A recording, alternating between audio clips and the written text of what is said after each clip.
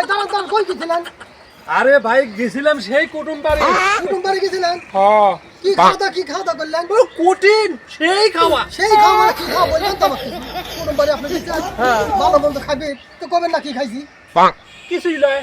হ্যাঁ কিছুই নয় না তাই কঠিন খাওয়া খালি বার বা কি বা করতে আরে সে কঠিন খাওয়া হে মানে কি মনে করেন যে যে এলাকায় আপনার আত্মীয় বেশি মনে করেন যে 5টা ওই গ্রামে আমার আত্মীয় আমি প্রথমে এক বাড়িতে গেলাম হ্যাঁ তো ওই বাড়িওয়ালা মনে করছে কি যে আমি মনে হয় ওই বাড়িতে নাইছি সেই কথা চিন্তা করে ও খাবির দিল না খাবির কথা কইল না তো আমি মনে করছি যাকে প্রথম বাড়ি তো আরো 4জন তো আমার আত্মীয় আছেই তাহলে এটা এগিয়ে যাই তে আবার কিছু দূর গেছি যাই আবার আর একজনের বাড়িতে গেলাম হ্যাঁ।